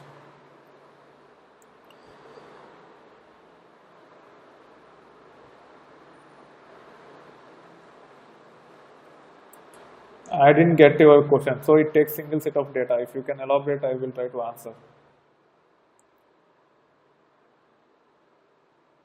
So out of the three, yeah, go ahead.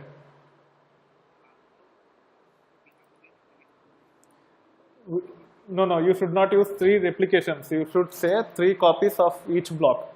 Yeah, go ahead. Go ahead with your question.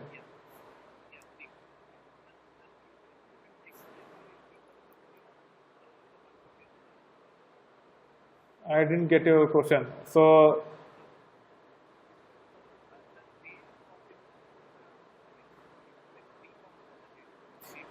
let okay, I got your question. I got your question. So the replication factor is primarily for HDFS, for the fault tolerance purpose of HDFS. Okay, when it comes to map reduce, which your question is whether map task will be executed on all the three copies or only one copy, or will there be three map tasks to process these three copies? There will be only one map task, and it will only work on one block, one copy of a block. It will not work on all the three blocks. It will only touch one block, and it will try to process the data. So here you need to keep data locality in mind. Okay. Sometimes I will whiteboard so that you can understand it in a better way. Sometimes you have a node, right?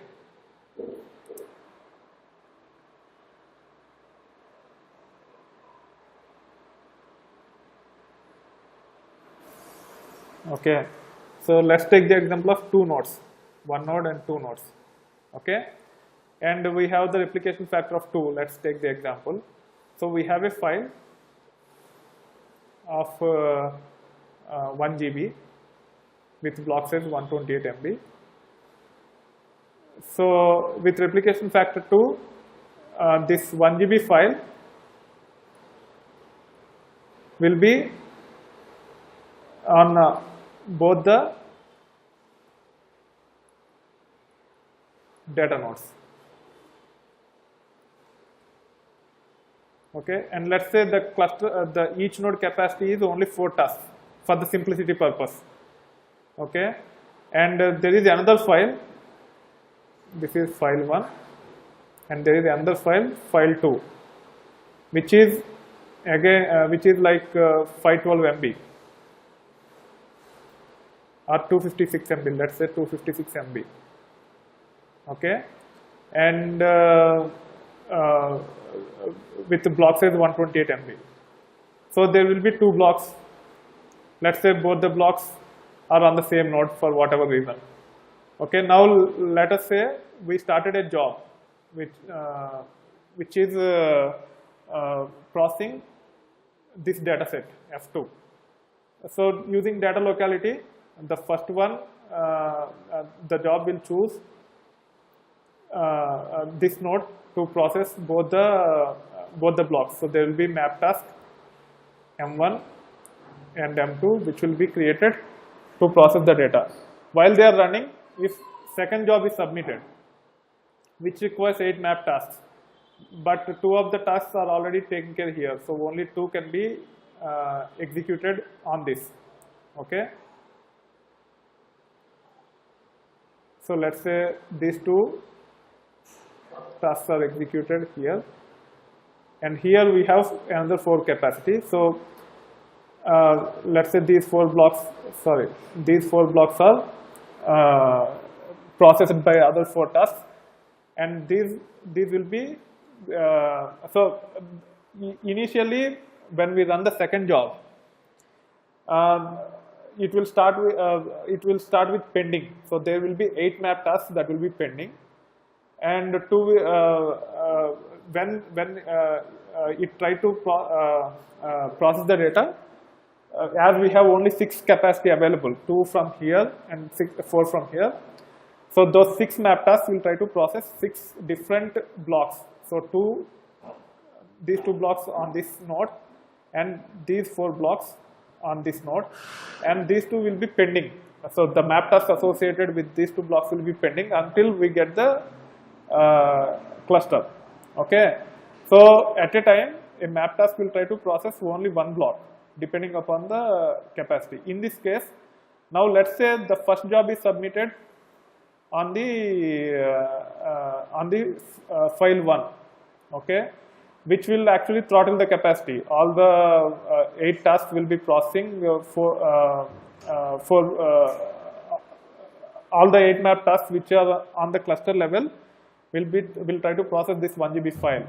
And at the same time, if second file is submitted, so second job is submitted to process second file, initially the map tasks associated with it will be in pending. But once 2 of the 8 map tasks for the first job are completed, let's say they are completed on the second node, even though data is not available here, okay, map tasks will be created here, and they will perform the network I/O, and they will try to process the data. They will not wait until this cluster until the capacity is available on this node to process the data, to use the data locality. Actually, when we run the MapReduce jobs, we will understand a lot more in detail. I will run MapReduce jobs simultaneously as well, and it will make it your question it will clarify all your doubts. Okay. So this is more important. Once you understand this, then go to the split size and number of reducers, and then it will make it a lot more clearer to you. And also be very careful while using the terms. There is no concept of replication when it comes to map tasks or reduce tasks. It's only processing the data. Replication is HDFS concept. Okay. And it is primarily for the fault tolerance of HDFS, but it will come handy for the data locality as well, because we will have multiple copies of the block, and if one node is saturated or being used for other jobs, you have multiple nodes to consider for the data locality before getting to the network I/O, which is least preferred over giving the data locality. Once we submit the job, once we run the job, we will see the counters information. If you understand the counters information, there will be a counter for data locality, data local tasks. That is a very important counter which you need to keep track to make sure that data locality is at least 95 to 99% in production clusters. Okay. That being said, that's it for today. So make sure you perform hands-on. Unless you do hands-on, no matter how effective I am in the communication, you will not be able to digest. It will be very tough for you to face the interviews unless you practice hands-on and you understand the concepts clearly. That being said, thank you for today. See you on Thursday.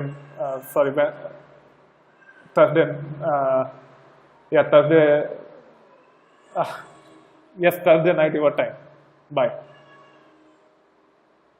So as part of the next class, we will be covering yarn in detail. The same thing which we have covered in classic, we will be covering in yarn. And also there are a couple of things which we need to cover in classic. What is that? Understanding the web interface and MapReduce command line interface. We will cover these two. It will take 5 to 10 minutes, and probably the next class will take up